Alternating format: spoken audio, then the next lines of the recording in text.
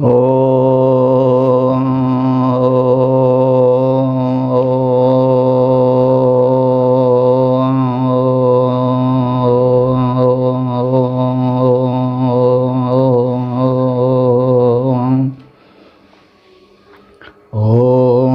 विश्वानदेव सवितर्दुरितानि परासुव यद्भद्रं तन्नयासुव। ॐ भद्रं कर्णेभिः शृणुयाम देवा भद्रं पश्येमाक्षिभिर्यजत्राः स्थिरैरङ्गैस्तुष्टुवांशुस्तनुर्भिर्व्यसेम देवहितं यदायुः। ॐ वेद प्रेमियों, सुधी श्रोताओं, संप्रति हम सब ऋग्वेद के दूसरे मंडल के 15वें सूक्त की व्याख्या में प्रवेश करने जा रहे हैं। इस सूक्त में 10 मंत्र हैं और 10 मंत्र त्रिष्टुप नामक छंद में निबद्ध हैं। मंत्र दृष्टा ऋषि हैं गृत्समद और देवता हैं इंद्र। इंद्र के विषय में हम सब बहुत कुछ जान चुके हैं। परम ब्रह्मांडीय सर्वोच्च शक्ति का जो सृष्टा है, नियामक है, वह ऋग्वेद में इंद्र के नाम से संबोधित किया गया है। वह सोमपान का बड़ा प्रेमी है। अब सोम का प्रारूप हमें निश्चित करना पड़ेगा और इंद्र का। तो सोम जो है ब्रह्मांडीय ऊर्जा का प्रतीक है, क्योंकि ऊर्जा से ही सारी क्रिया संपन्न होती हैं। मानव के विकास में और प्रत्येक कार्य में ऊर्जा की आवश्यकता होती है। तो इंद्र ब्रह्मांडीय ऊर्जा का स्वामी है और उस ऊर्जा का उसने पान किया, यानी उसे ग्रहण किया, और उसके बल पर उसने सृष्टि की संरचना प्रारंभ की। ग्रह नक्षत्र आदि बनाए, उनका पथ निर्धारण किया। आज इस सब वैज्ञानिक बातें इस सूक्त में बताई गई हैं। तो अब हमें वैज्ञानिक दृष्टिकोण से सूक्तों को देखना होगा। ऋषियों ने धर्म के आवरण में विज्ञान प्रस्तुत किया। अब हमें चाहिए कि हम विज्ञान के आवरण, मतलब धर्म के आवरण में छिपे हुए विज्ञान को समझें, चिंतन मनन करें और उसका लाभ उठाएं। तो इस सूक्त के पहले और 10वें मंत्र को छोड़ करके शेष सभी मंत्रों में सोमस्य मदे चकार, इंद्र सोमस्य मदे चकार, इंद्र ने सोम के आनंदोत्साह में, ऊर्जा में समस्त कार्य किए। सृष्टि का सृजन और साथ साथ विकास, और विकास के अवरोधक तत्वों का विनाश। तो यह बार बार दोहराया गया है। इन शब्दों पर हम विचार करें और जो अलंकार रूपक और लक्षणा व्यंजना के रूप में बातें कही गई हैं, उनको अभिधा रूप में समझें, सीधे सपाट अर्थ को लें। तो यह दृष्टिकोण बनावेंगे तभी जो है मंत्र के सही धरातल में उतरकर हम भाव के मौक्तिक प्राप्त कर सकेंगे। तो अब इस ऋग्वेद के द्वितीय मंडल के 15वें सूक्त के पहले मंत्र की व्याख्या में प्रवेश करें। इस मंत्र का जो है वह शीर्षक है सोमपान जन्य आनंदोत्साह में इंद्र द्वारा वृत्तासुर का वध। अब संबंधित मंत्र का सर्वप्रथम पाठ हो जाए। प्रधान्वस्य महतो महानि सत्या सत्यस्य करणानि वाचम् त्रिकदृगेष्वपि वत्सुतस्यास्य मदे अहिमिन्द्रो जघान। पहले मंत्र में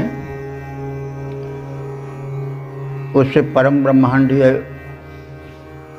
नियामक शक्ति जिसे इंद्र कहा गया है, उसने इस सृष्टि की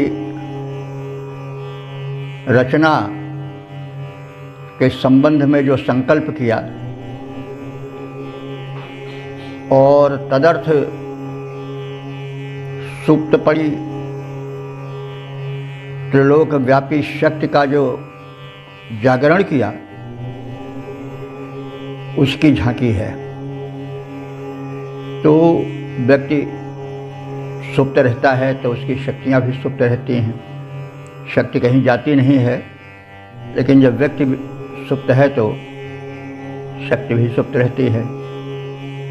तो वैसे वो जो परब्रह्म है, इसी आधार पर संभवतः पुराणों में और दर्शन शास्त्रों में कहा भी गया है कि सृष्टि के पहले शून्य था, कोई सक्रियता नहीं थी। सब अंत में एको हम बहुत श्याम उस परम शक्ति के हृदय में आया कि मैं एक हूँ, अनेक रूपों में बंट जाऊँ। तो उसके इस संकल्प शक्ति से सृष्टि रचना प्रारंभ हुई। उसने कुछ सूत्र बनाए सृष्टि संचालन के, उसी को सत्य कहा गया अथवा अरित कहा गया, सार्वभौम सत्य कहा गया। और इस आधार पर फिर सृष्टि चली। उसमें जो बाधक तत्व थे वे उस परम शक्ति द्वारा नष्ट किए गए, क्योंकि सृष्टि की रचना ऐसी है कि इसमें विरोधी तत्व भी हैं। तो विरोधी तत्व बल्कि प्रबल होते हैं। सुनिए सुधा देखिए गरल सब करतूति कराल। अमृत तो सुना जाता है लेकिन विष तो साक्षात देखा और अनुभव किया जाता है। तो इसका मतलब ये हुआ कि सृष्टि में बाधाएं आती हैं, विकास में रोड़ा पड़ता है। तो वो जो परम शक्ति है वो चाहता है कि उसकी बनाई हुई सृष्टि सुरक्षित रहे, इसलिए वो उन अवरोधक शक्तियों को विनाश करता है। उन्हीं को कहीं अहि कहा गया है, वृत्तासुर कहा गया है, नुमुष कहा गया है, शुष्नासुर कहा गया है। तो वे सृष्टि के विकास की विरोधी शक्तियां हैं। अब उनका वर्णन में मानवीकरण किया गया, पर्सोनिफिकेशन किया गया, उनका एक रूप दिया गया, रूपायित किया गया। तो इन्हीं सब आवरणों को हटा करके अर्थ करने की आवश्यकता है, तब वेद की वैज्ञानिकता पूरी समझ में आवेगी। तो अब हम इसके शब्दार्थ के माध्यम से अर्थ में प्रवेश करें और मंत्र की वैज्ञानिकता को समझें। ऋषि कह रहा है कि सत्यस्य अस्य महतः, इंद्र है उसका विशेषण है। इंद्र सत्य रूप है। सत्य क्या है? जो सदैव विद्यमान रहे, वो सत्य स्वरूप, सत्य सत्ता वाला इंद्र जो है वो महान है। सत्य से अस्य महतः, सत्य स्वरूप इस महान इंद्र के सत्या महान, सत्या माने जो सदैव स्थिर रहे सार्वभौम सत्य रूप में, उसको और उसके महान करणानि माने साधनों को, कर्मों को, तो उसके सत्य स्वरूप को और उसके महान कर्मों को मैं ऋषि प्रधनवोचम भली भांति सविस्तार कहूँगा। इंद्र ने त्रिकद्रेषु, तो कद्र कहते हैं प्याले को, पात्र को जिससे पान किया जाता है। तो त्रिकद्रेषु माने 3 पात्रों में सुतस्य अपिबत, निचोड़े गए सोमरस का पान किया। तो अब इसमें छिपा हुआ है विज्ञान। ये त्रिकद्रेषु 3 पात्र क्या हैं, इसको हमें समझना पड़ेगा। वो 3 पात्र हैं भूलोक, अंतरिक्ष लोक और उसके ऊपर का द्युलोक। तो इन तीनों पात्रों में जो सोम था, सोम क्या है, ब्रह्मांडीय ऊर्जा। उस ब्रह्मांडीय ऊर्जा को जो इन तीनों लोकों के तीनों पात्रों में भरी पड़ी थी, उनको इंद्र ने संभाला। और वही कहा गया है कि त्रिकद्रुकेषु 3 पात्रों में सुतस्य अपिबत उस सोम का पान किया। तात्पर्य कि तीनों लोकों में जो ऊर्जा ब्रह्मांडीय व्याप्त थी उसको उसने पान किया का मतलब हुआ उसको जागृत किया। और अस्य मदे, उस सोम पान जन्य ऊर्जा के प्रवाह में, उस आनंद में, उत्साह में इंद्र ने अहिम जघान, अहि सर्प को कहते हैं, अहिवृत्तासुर को भी कहा जाता है। वृत्तासुर का मतलब वृत्त माने घेरा होता है। तो घेरा डाले हुए सांप भी तो कुंडली मार करके बैठता है, तो वो बड़ा विषैला होता है और व्यक्ति जो आगे कहीं जाता रहता है डस लेता है उसको, उसका काम तमाम कर देता है। तो इस प्रकार से यह कुप्रवृत्तियाँ, विरोधी तत्व, यही राक्षस हैं। इंद्र इसको मारता आया है, नष्ट करता आया है। यह वृत्तांत बार बार दोहराया गया है। उसका मानवीकरण किया गया। सर्पोत कुंडली मारकर बैठने वाला अथवा वृत्त माने घेरा डालने वाला एक वृत्तासुर असुर है, राक्षस है, उसको राक्षस रूप में कहा गया। लेकिन वास्तव में वह वृत्तासुर जो है वह सृष्टि के विकास का अवरोधक तत्व है। सबसे पहले इंद्र ने उस अवरोधक तत्व को हटाया, उसका वध किया। तो सत्य स्वरूप इस महान इंद्र के, अब ऋषि कह रहा है कि मैं ऋषि सत्य स्वरूप इस महान इंद्र के, परमात्मा के स्थिर और महान कर्मों का यशोगान विधिवत करने जा रहा हूँ।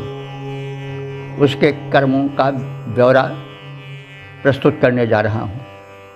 इंद्र ने 3 पात्रों में भरे हुए सोमरस का पान किया। जो ब्रह्मांडीय ऊर्जा थी तीनों लोकों में, उसको सहेजा, संभाला, जागृत किया।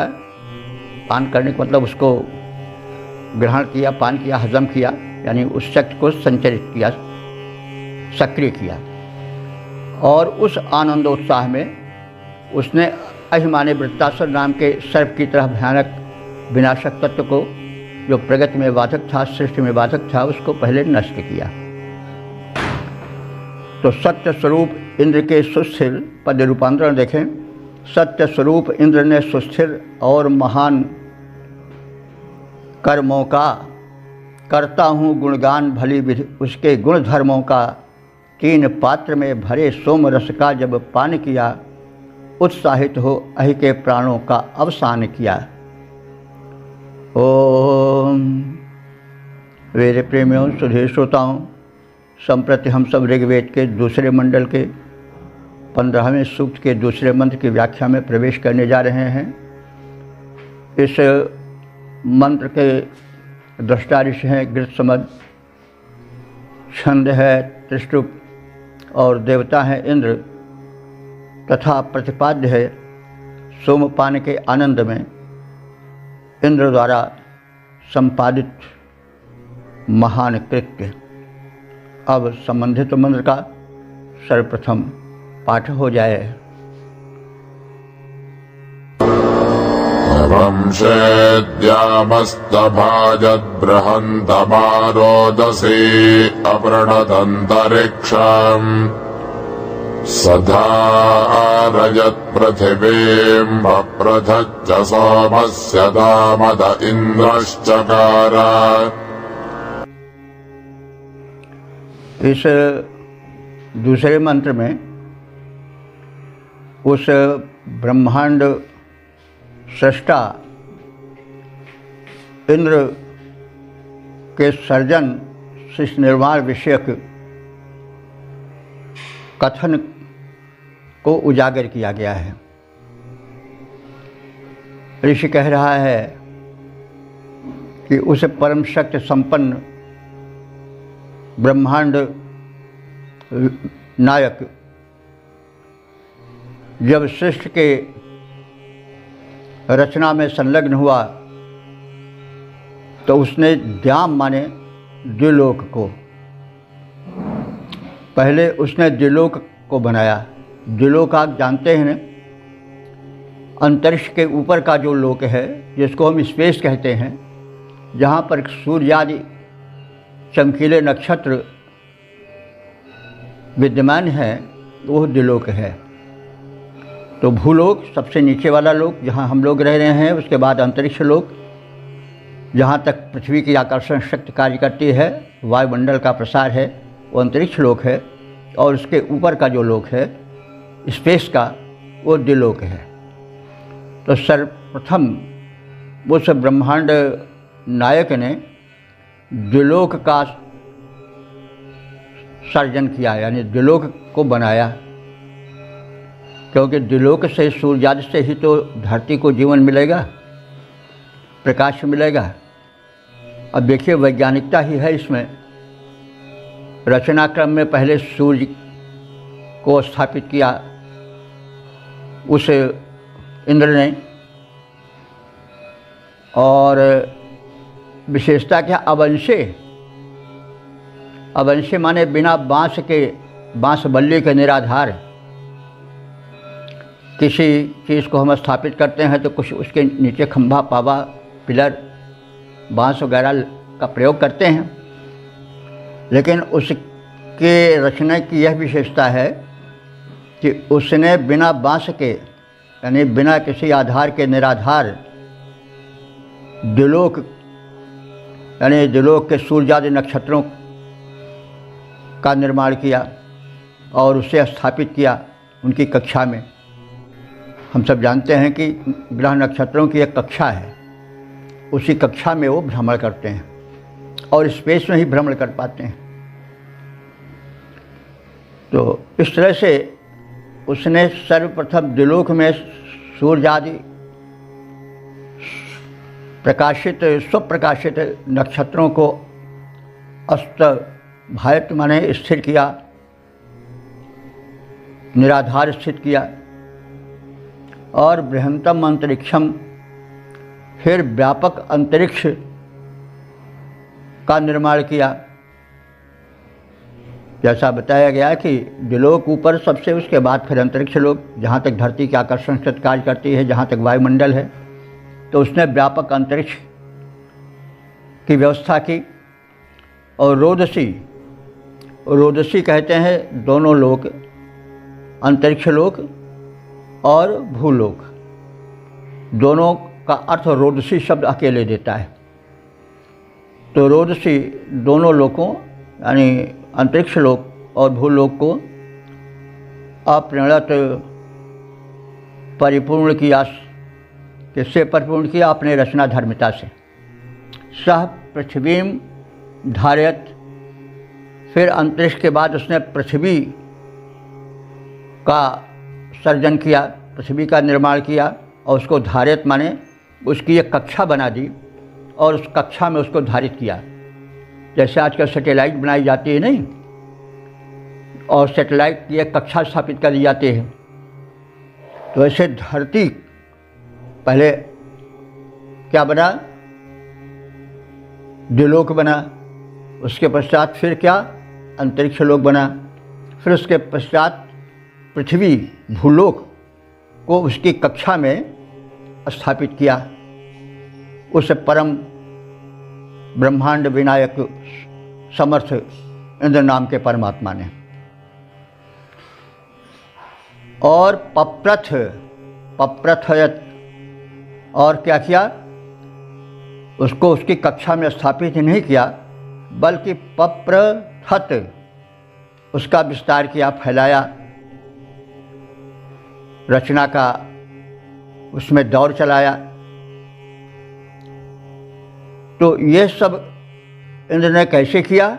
इंद्र ने वे सब कार्य, ता माने वे सब कार्य, सोमस्य मदे चकार, सोम रस के आनंद उत्साह में किया है। तो वही सोमपान का आनंद उत्साह क्या हुआ? जो ब्रह्मांडीय ऊर्जा है उसको अपने में जागृत करके उसने यह सारा महत्वपूर्ण कार्य किया। दुलोक की रचना की, फिर अंतरिक्ष लोक की व्यवस्था की, फिर धरती की को अपनी कक्षा में स्थापित किया। तो इन सब में विज्ञान ही विज्ञान तो है। तो वेदों से ये सब सिद्ध किया जा सकता है। मंत्र में जो छिपा हुआ अर्थ है, रूपक में, लक्षणा व्यंजना में, शब्दों के भंवर में, अरे भाई कोई चीज़ की जाती है तो उसको किसी अच्छी तरह से सुरक्षित किया जाता है। तो ऐसे ऋषि ने उसको संक्षेप में सारे रचना धर्मिता को संभाला। सृष्टि की प्रारंभिक अवस्था है ये, उसके बाद रचना का उसमें विकास दिखाया गया। तो सोमजन्य आनंदोत्साह में इंद्र ने बिना बांस के, यानी बिना किसी आधार के, निराधार ही द्युलोक को बनाया। अंतरिक्ष लोक को भी ऐसे ही उसने बनाया और स्थिर कर दिया। उनकी एक कक्षाएं सब ग्रह नक्षत्रों के स्थापित कर दी। इसके पश्चात उसने भूलोक को बनाया। पृथ्वी और अंतरिक्ष लोकों को अपनी महिमा से परिपूरित किया, अपनी रचना धर्मिता से परिपूरित किया और उन्हें धारण किया। धारण किया का मतलब क्या हुआ? कि उन्हें व्यवस्थित किया और उनका प्रसार किया, उनमें जीवन को प्रसार करने की चेष्टा प्रारंभ कर दी विविध रूपों में। तो अब हम इसके पद रूपांतरण पर ध्यान दें। सोमपान से बढ़ा इंद्र में अपरिमेय उत्साह बढ़ा। सोमपान से बढ़ा इंद्र में अपरिमेय उत्साह बढ़ा। नभ में निराधार लोगों को आनंदित हो किया खड़ा। आपूरित कर निज सत्ता से धारण कर विस्तार दिया। सारे लोकों में यों अपना अतुलित कीर्ति प्रसार किया। ओम वेद प्रेमियों, श्रुति श्रोताओं, संप्रति हम सब ऋग्वेद के दूसरे मंडल के 15वें सूक्त के तीसरे मंत्र की व्याख्या में प्रवेश करने जा रहे हैं। यह मंत्र त्रिष्टुप नामक छंद में निबद्ध है। मंत्र दृष्टा ऋषि हैं कृतसमद और देवता हैं इंद्र। मंत्र का प्रतिपाद्य है सोमपान जन्य आनंद में इंद्र द्वारा संपादित कृत्य। अब संबंधित मंत्र का प्रथम सस्वर पाठ हो जाए। सद्मे एव प्राचो विमिमायमानैर्वज्रेण खान्यदृढन् नदीनाम् वृथा सृजत्पथिभिर्दीर्घजातैः सोमस्य तामद इन्द्रश्चकार। अब तीसरे मंत्र की व्याख्या में हम लोग प्रवेश करें। तो इस मंत्र में परमात्मा ने वैश्विक जागृत ऊर्जा से संपन्न होकर सृष्टि के विकास में जो भूमिका बनी, जल प्रवाह की, नदियों आदि के द्वारा जो व्यवस्था की गई, उसका वर्णन है। क्योंकि आवश्यक है कि प्राणियों को बनाया जाए, वनस्पतियों को बनाया जाए, तो उसके लिए जल आदि की व्यवस्था हो। व्यवस्था न करें और हम बना दें तो फिर मर जाएंगे, फ़ायदा क्या होगा। देखिए, एक मस्तिष्क कार्य कर रहा है। तो प्रथम तो दिखाया गया है पिछले मंत्रों में कि उस परमात्मा ने जो है वह त्रिलोक की रचना की, बनाया। उसने पहले द्विलोक, फिर अंतरिक्ष लोक की व्यवस्था की, फिर भूलोक की व्यवस्था की। उनको अपनी अपनी कक्षाओं में स्थिर किया, परिभ्रमण पथ उनका निर्धारित किया। अब उसके पश्चात फिर जब पृथ्वी बन गई तो उसमें जीवन विकास के जो अन्य क्रियाएं हैं, जैसे जल की व्यवस्था करना, इस पर उसने ध्यान दिया। और फिर ऐसा ध्यान दिया कि अब इतनी बड़ी धारा जा रही तो कहाँ जाए, उसके लिए व्यवस्थित किया। ढाल में समुद्र बनाया कि ये लोग, जो नदी प्रवाहित हो रही है, इससे लोग अपनी तृषा बुझावें, हरियाली आवे, और फिर वह जल जो प्रवाह का है नदी के, वो फिर समुद्र में मिल जाए। तो एक मस्तिष्क कार्य कर रहा है। वो मस्तिष्क बड़ा वैज्ञानिक है और वह मस्तिष्क इंद्र है। और यह सब शक्ति से होता है। उस शक्ति क्या है? वो ब्रह्मांडीय ऊर्जा है, जिसको सोमपान कहा गया है।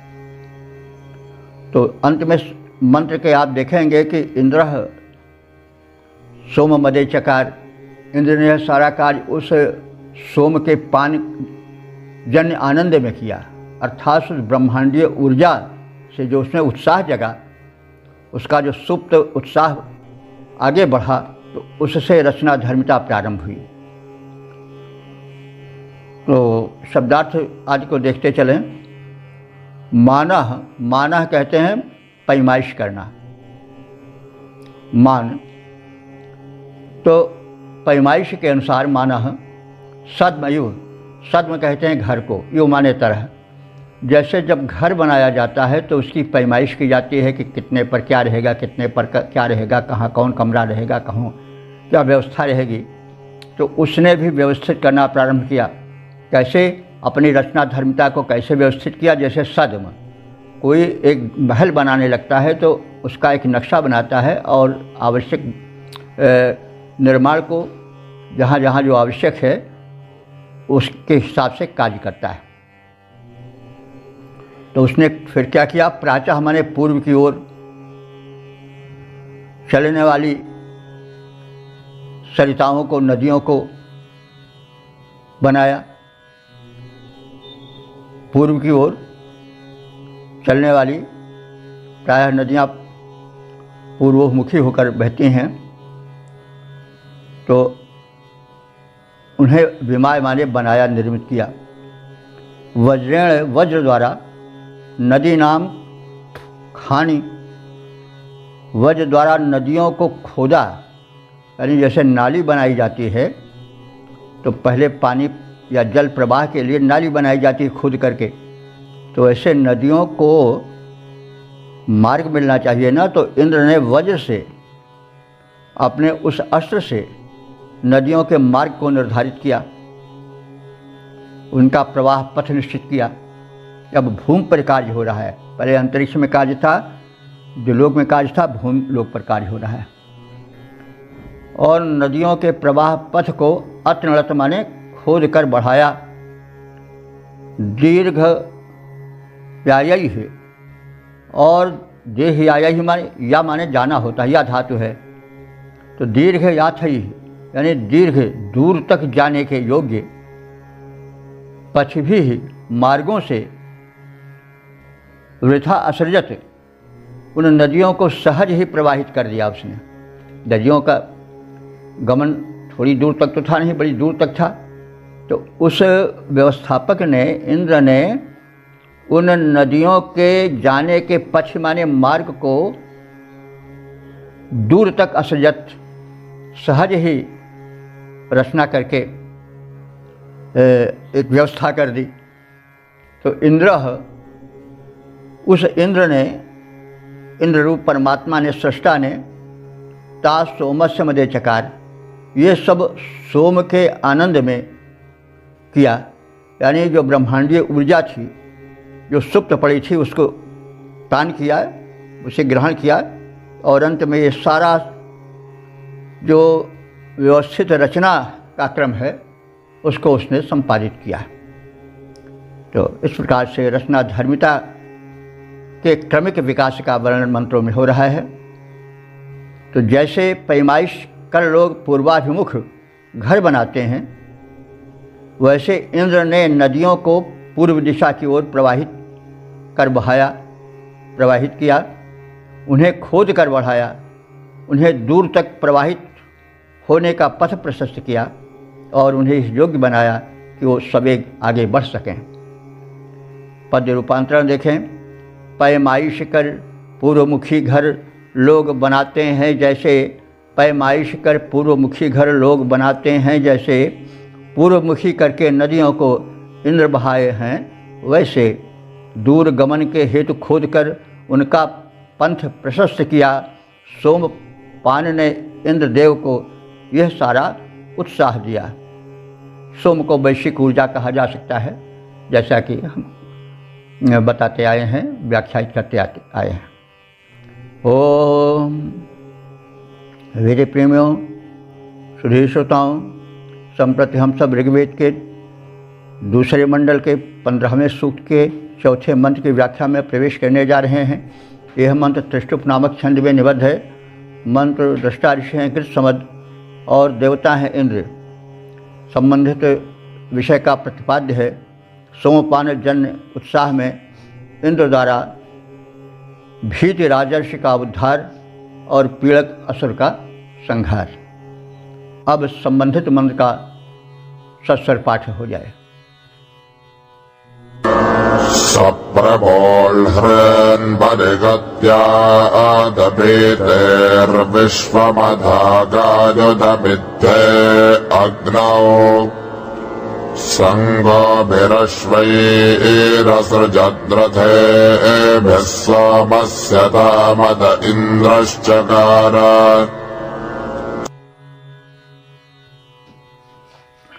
इस चौथे मंत्र में ऋषि ने बताया है कि जब उस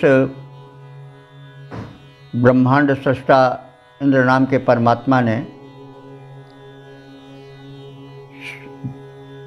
ग्रह नक्षत्रों की, धरती की कक्षा को निर्धारित करके उसमें भ्रमण हेतु उन्हें स्थापित कर दिया, उसके पश्चात फिर नदियों को बनाया और नदियों के बाद फिर जीवन का विकास प्रारंभ हुआ। तो इस मंत्र में इसके पश्चात जब विकास प्रक्रिया प्रारंभ हुई तो विकास प्रक्रिया में कुछ शक्तियाँ तो विकास में लगीं और कुछ उसके विरोध में विनाश में लगीं, क्योंकि सृष्टि जो है वो परस्पर विरोधी तत्वों से बनी है।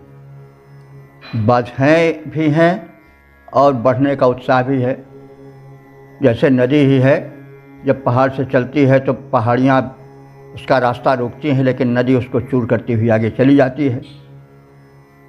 तो उसी प्रकार से विकास चलता है, आगे बढ़ने में बाधाएं आती हैं, लेकिन वे बाधाएं नष्ट भी होती हैं। तो इसी सब का प्रकाशन इस मंत्र में किया गया है कि दभी, यहाँ पर दभीति नाम के राजर्षि का नाम है। तो दभीति वो एक राजर्षि माने समर्थ राजा था, जो कि ऋषि का त्यागी का जीवन बिताता था, जो विकास कार्य में लगा था। उसके विरोध में आसुरी शक्तियाँ आईं और उन्होंने बाधा डालना प्रारंभ किया, उसका अपहरण कर लिया और ले जाकर के उसको नष्ट करने में लग गई। तो इंद्र ने वहाँ पहुँच करके उस राक्षस को, या तमाम आसुरी शक्तियाँ थी, उनको घेर कर उनके अस्त्र शस्त्र ले करके अग्नि में जला दिया, और जो क्षतिपूर्ति हुई थी उसको इंद्र ने पूर्ण किया, और हाथी घोड़े आदि फिर विकास के साधन प्रदान किए। तो अब यह एक विकास की गति का सूचक है।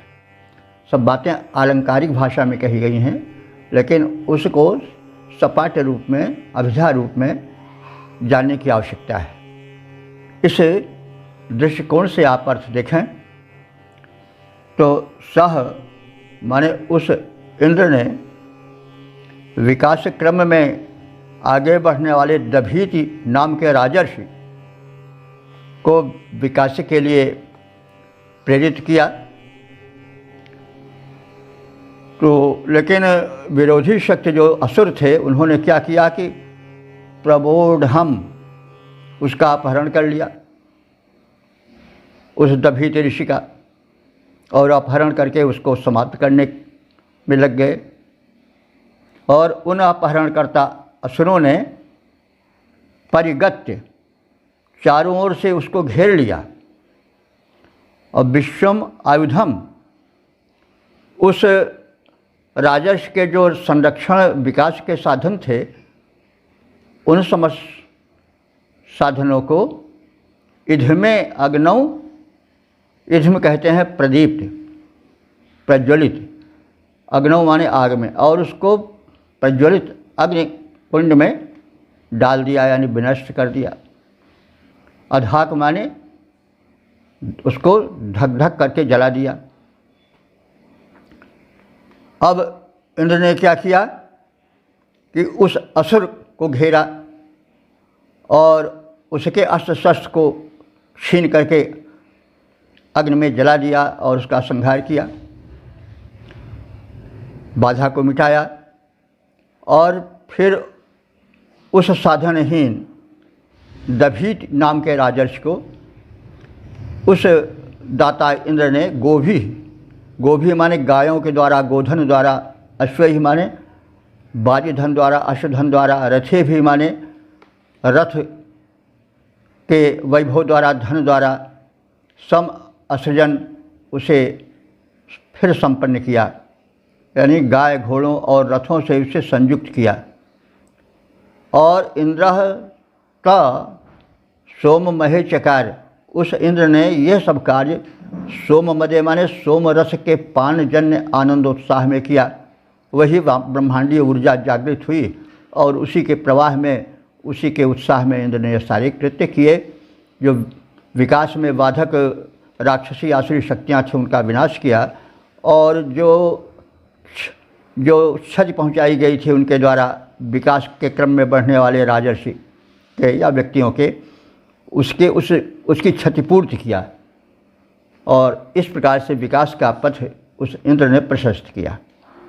तो इंद्र ने दभीति नाम के राजर्षि के अपहरणकर्ता असुरों को चारों ओर से उनके समस्त शास्त्रों को छीनकर धकधकाती हुई अग्नि की ज्वाला में डालकर नष्ट कर दिया, भस्म कर डाला। तदनंतर असुरों द्वारा जो क्षति पहुंचाई गई थी, उस क्षतिपूर्ति के रूप में इंद्र ने उस दभीति राजर्षि को गाय, घोड़े और रथों से संपन्न किया, ताकि वो फिर अपने विकास मार्ग पर आगे बढ़ सके। इंद्र ने यह सब कार्य सोमजन्य हर्ष के उत्पन्न होने पर उसके आवेश में यह सब कार्य किया। पद्य रूपांतरण देखें।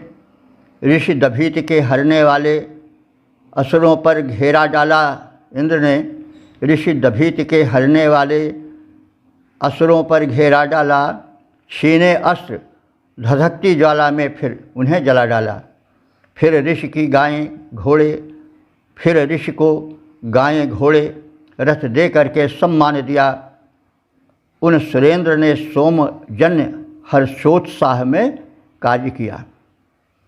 ओम वेद प्रेमियों सभी श्रोताओं, संप्रति हम सब ऋग्वेद के द्वितीय मंडल के 15वें सूक्त के 5वें मंत्र की व्याख्या में प्रवेश करने जा रहे हैं। इस मंत्र के दृष्टा ऋषि हैं गृत्समद, देवता हैं इंद्र और छंद है त्रिष्टुप। प्रतिपाद्य है इंद्र द्वारा निवास की व्यवस्था। अब संबंधित मंत्र का सस्वर पाठ हो जाए। स ईं महीं ध्वनिमेतोररं नात्सो अस्नात्र न पारयच्छस्ते त उत्स्नाज रजिमभिप्रतस्थः सोमस्य तामद इन्द्रश्चकार।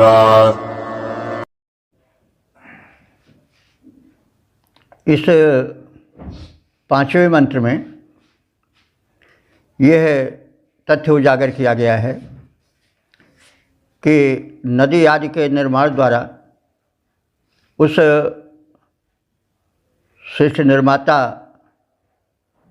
सृष्टि के विकास के नियोजनकर्ता इंद्र ने नदियों आदि को बनाया, लेकिन नदियों का प्रवाह इतना तीव्र था कि उसको पार करना बड़ा कठिन था। हम देखते हैं कि पर्वतीय नदियाँ इतनी तेज़ बहती हैं कि पार करना बड़ा कठिन है, लेकिन ज्यों ज्यों आगे बढ़ती हैं त्यों त्यों उनकी गति धीमी होने लगती है। मैदानी भाग में उनकी धारा का बल हल्का पड़ जाता है, कम पड़ जाता है। तब उसमें फिर पार करने की व्यवस्था बन जाती है, नौका द्वारा पुल बांध करके आदि आदि। तो इस मंत्र में दिखाया गया है कि जो ऋषि थे वो समूहबद्ध होकर के नदी के उस पार जा कर के विकास करना चाहते थे। वहाँ प्रकृति में बिखरी शक्तियों को, व्यवस्थाओं को जान करके उसमें निर्माण आदि करने के इच्छुक थे। ऋषि थे, ऋषि जो थे वो वैज्ञानिक थे। हमारे जो ऋषि मुनि है वो बहुत बड़े वैज्ञानिक थे, ये हम सब जानते हैं। तो उनके आगे बढ़ने पर नदियाँ बाधक थीं। इंद्र ने क्या किया कि उन प्रबल वेग वाली नदियों के वेग को मैदानी भाग में जो कार्य क्षेत्र है मुख्य, उसमें धीमी कर दिया और कुछ ऐसी व्यवस्था की कि जो ऋषि थे वैज्ञानिक, उन्हें उस नदी को पार कर आगे कार्य करने में एक सरल व्यवस्था मिल गई। इसी का वर्णन या प्रतिपादन इस मंत्र में किया गया है। सह माने उस इंद्र ने,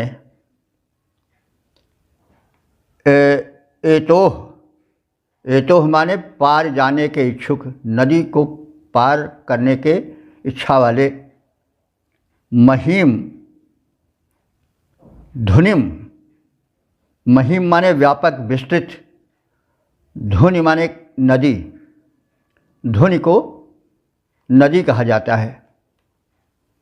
यह आपने मानस में पढ़ा भी होगा कि देवधुनि धारा कई बार आया है।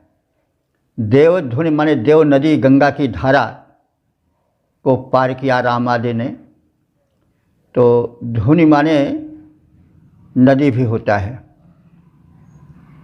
तो नदी बड़ी विस्तृत थी और उसे पार करने के लिए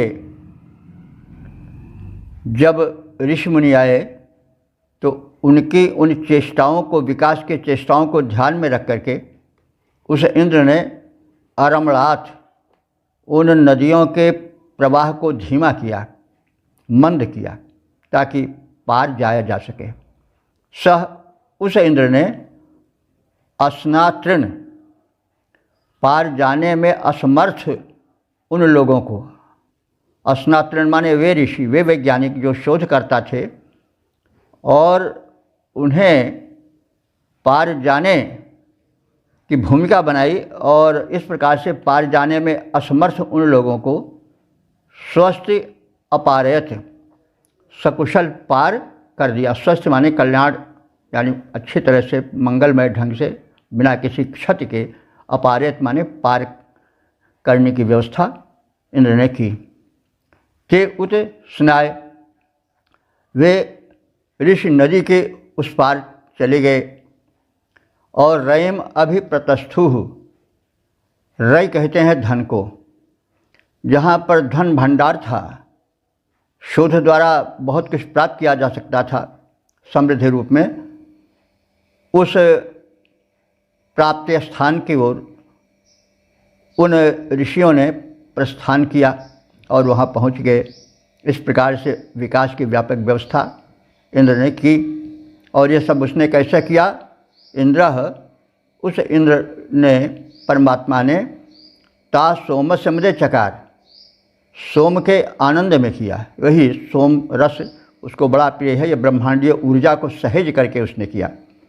इंद्र में ऊर्जा थी, लेकिन ऊर्जा सोई पड़ी रहती है। जैसे मनुष्य है, बहुत बड़ा शक्तिशाली है, लेकिन सो जाए तो उसकी ऊर्जा रहेगी, कहीं जाएगी नहीं, लेकिन क्रियाशील नहीं रहेगी। तो जब क्रियाशीलता आई उस ब्रह्मांड के सृष्टा में और पृथ्वी में भी विकास करने की, तो उसमें यह उत्साह जगा। तो वही बात कही गई है आलंकारिक ढंग से। तो यह सब इंद्र ने सोम से मदे चकार, सोमजन्य आनंद में किया। यह शब्द जो है बार बार मंत्रों में आया है, मंत्र के अंतिम चरण के रूप में। तो इंद्र ऋषियों की सहायता करता है। एक बार ऋषि कहीं जा रहे थे, बीच में विस्तृत वेगवती नदी पड़ी।